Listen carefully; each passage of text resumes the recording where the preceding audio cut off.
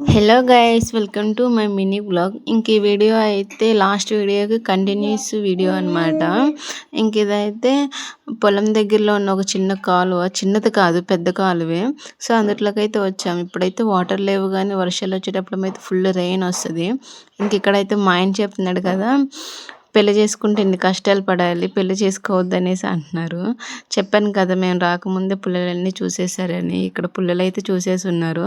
ఇంక వీటిని అయితే పైకి మోసుకెళ్ళాలన్నమాట. నేను మా వారైతే మోసుకొని వెళ్తున్నాము. ఇంక ఇది ఈ పైప్ అయితే మా పొలం నుంచి ఇంకొక పొలంకి లాక్కున్నాం అనమాట, వాటర్ని పైపుల ద్వారా. ఇబ్బంది అవుతుందని చెప్పి. ఇంకా ఆ తర్వాత అయితే పాప ఏడుస్తుందని చెప్పి ఫోన్ వచ్చింది. అందుకోసం అయితే ఇంక వెళ్ళిపోతున్నాము.